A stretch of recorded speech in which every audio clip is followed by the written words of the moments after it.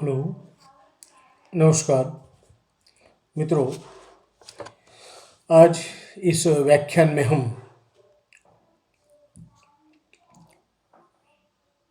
हिंदी के हालावादी आंदोलन के प्रमुख एवं प्रवर्तक कवि हरिवंश राय बच्चन के व्यक्तित्व कृतित्व पर विचार करेंगे। हरिवंश राय बच्चन का जन्म 27 नवंबर 1907 को जिला प्रतापगंज, एक छोटा सा गांव बापूपट्टी के एक कायस्थ परिवार में हुआ था। इनका नाम हरिवंश राय प्रताप नारायण श्रीवास्तव था, जो कि बाद में इन्होंने इसके साथ बच्चन जोड़ दिया। बच्चन जी की शादी बहुत छोटी उम्र में, करीबन 13-14 साल की उम्र में 1926 में श्यामा जी से हुई, जो कि पहले से ही तपेदिक यानी कि ट्यूबरक्लोसिस की मरीज थी। और बड़ी दुखद बात है कि शादी के कुछ समय पश्चात 1936 में इनकी मृत्यु हो गई। यानी कि बच्चन जी का दाम्पत्य जीवन अच्छा नहीं था। बाद में 1941 में इन्होंने तेजी जी सूरी से शादी की, जिनसे इन्हें अमिताभ और अजिताभ नाम के 2 बेटे हुए। अमिताभ जी को सारा भारतवर्ष जानता है। इलाहाबाद विश्वविद्यालय से 1938 में बच्चन जी ने एमए किया और तत्पश्चात अंग्रेजी साहित्य की उच्च अभ्यास के लिए ये विदेश गए, कैम्ब्रिज। 1952 तक इलाहाबाद विश्वविद्यालय में प्रवक्ता रहे और 1952 में उच्च अभ्यास के लिए इंग्लैंड गए, जहां कैम्ब्रिज विश्वविद्यालय से W.B. येट्स के अंग्रेजी साहित्य और काव्य पर इन्होंने शोध किया। ये शोध करने वाले दूसरे भारतीय थे। 1955 में खोज पूर्ण होने के बाद कैम्ब्रिज से वापस आए और भारत सरकार ने विदेश मंत्रालय में हिंदी विशेषज्ञ के रूप में बच्चन जी को नियुक्त कर दिया। आप राज्यसभा के मनोनीत सदस्य भी रहे। 1976 में भारत सरकार की ओर से आपको आपकी साहित्य यात्रा के लिए पद्म भूषण की उपाधि से नवाजा गया। 1968 में आपका 2 चट्टाने काव्य संग्रह, जिसके लिए आपको साहित्य अकादमी पुरस्कार भी दिया गया।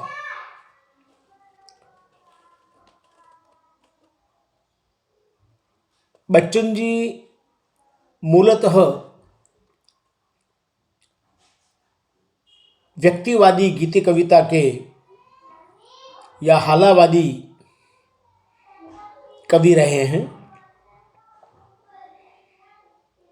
1930 से 1934 तक चलने वाली एक धारा विशेष, जिसे हालावाद के नाम से जाना जाता है, इसके प्रमुख और प्रवर्तक कवि जो हैं वो बच्चन जी हैं। एक ही कवि से शुरू होने वाली और एक ही कवि को लेकर चलने वाली, इनके रचनाओं को लेकर चलने वाली ये धारा, जिसे हालावाद नाम दिया गया है। मूलतः हाला का मतलब होता है शराब या मदिरा, किंतु यहाँ पर मदिरा या शराब की बात नहीं है। बड़ी विशेषता यह है कि जिस व्यक्ति ने अपने जीवन भर कभी शराब की एक बूंद को भी जिह्वा पर रखा नहीं है, उस व्यक्ति ने शराब को यानी मधु को, मधुशाला को और प्याला को, हाला को प्रतीक बनाकर जीवन की मस्ती के गीत गाए हैं, जीवन की रसिकता को उंडेला है। तो यहाँ मधु या हाला या शराब वो हकीकत में मादकता के प्रतीक हैं, वास्तविकता नहीं है। वास्तविकता में शराब के गीत नहीं गाए हैं, किंतु प्रतीकात्मक रूप में शराब यानी हाला, मधुशाला, मधु, मधुबाला और प्याला, इन प्रतीकों को चुनते हुए इन्होंने जीवन की मस्ती के गीत गाए हैं। ये व्यक्तिवादी गीत हैं। तो इस प्रकार ये हालावाद के प्रमुख प्रवर्तक और प्रमुख कवि हैं, अग्रणी कवि हैं। अपनी काव्य यात्रा के आरंभिक दौर में कहते हैं बच्चन जी उमर खयाम के जीवन दर्शन से अत्यंत प्रभावित रहे हैं। बच्चन जी पर उमर खयाम का काफ़ी प्रभाव देखा जाता है। बच्चन जी की प्रमुख रचना मधुशाला उमर खयाम की रुबाइयों से प्रेरित होकर ही लिखी गई है। इसमें कोई शंका नहीं है। मधुशाला को मंच पर अत्यंत प्रसिद्धि मिली और बच्चन काव्य प्रेमियों के लोकप्रिय कवि बन गए।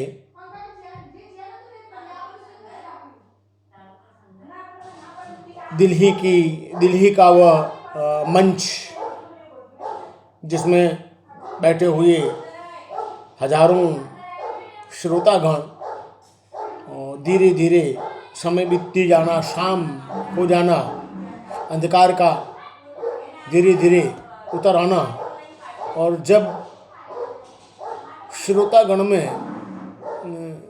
घर जाने की थोड़ी सी जल्दी होती है तो युवक कवि की वह पंक्ति, प्रिय शेष अभी है रात, प्रिय शेष अभी है रात, और फिर पिन ड्रॉप साइलेंट, तीन दिन तक कविता का पाठ सुनते रहना, ये बच्चन की प्रसिद्धि का जो है मूलाधार है।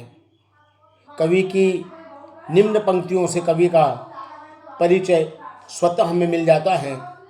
मिट्टी का तन, मस्ती का मन, संस्कृति की नाटकशाला में है पड़ा तुझी से ज्ञानी बनना, है पड़ा मुझे बनना प्याला, होना मदिरा का अभिमानी, संघर्ष यहाँ कितना किससे, यह तो सब खेल तमाशा है। यह देख यवनी का गिरती हैं, समझा कुछ अपनी नादानी।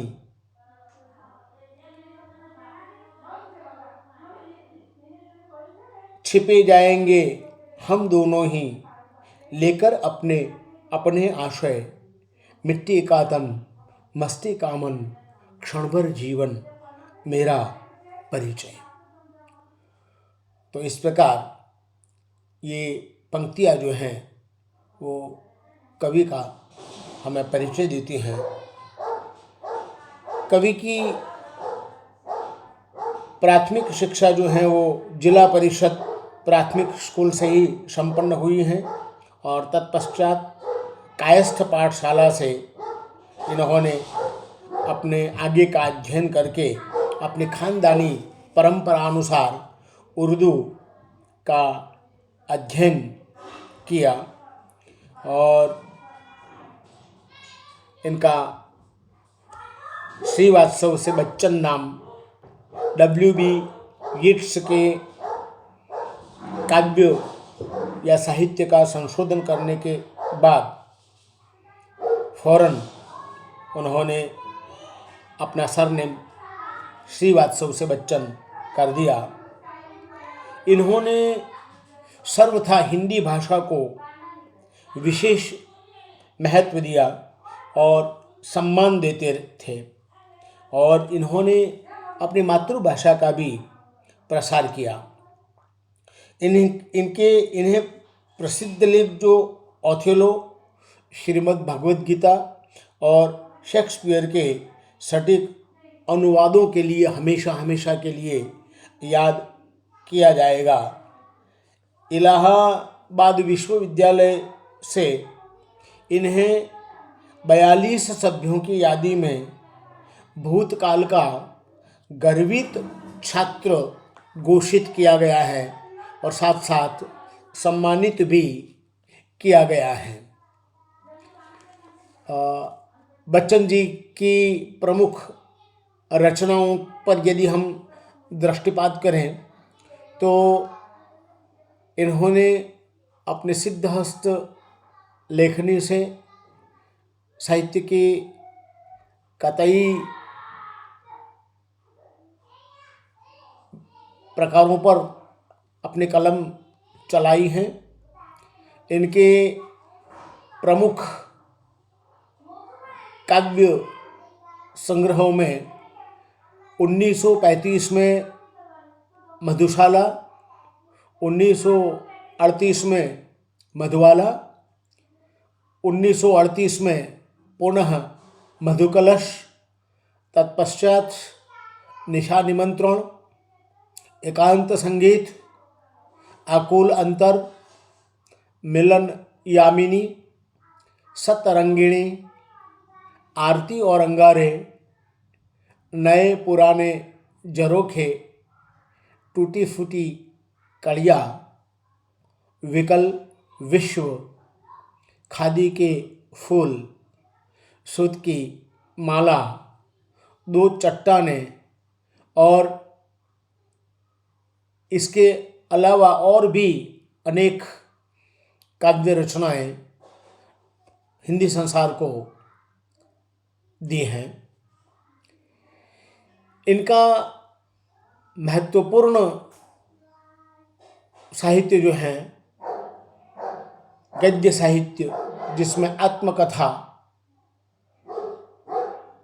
इनकी आत्मकथा 4 भागों में विभक्त हैं, जिसमें क्या भूलूं क्या याद करूं, नीड़ का निर्माण फिर बसेरे से दूर और 10 द्वार से सोपान तक।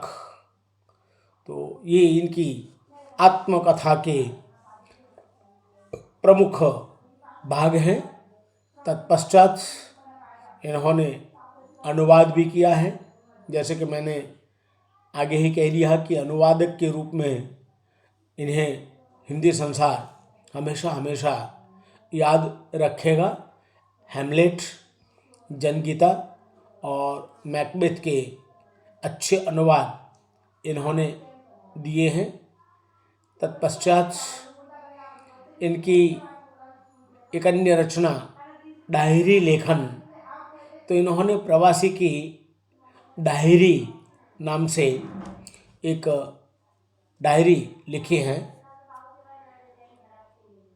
इनका पूरा जो साहित्य है बच्चन ग्रंथावली के नाम से 10 खंडों में प्रकाशित हैं।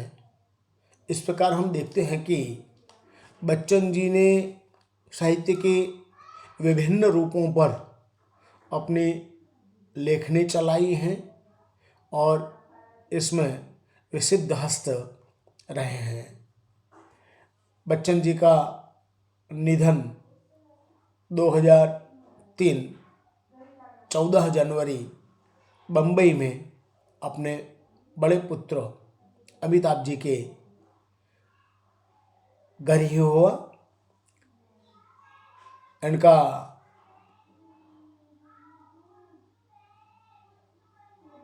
घर जो है प्रतापगढ़ का बाबूपट्टी गांव, जहां एक पुस्तकालय हमें मिलता है जो इनके पुश्तैनी घर में खोला गया है।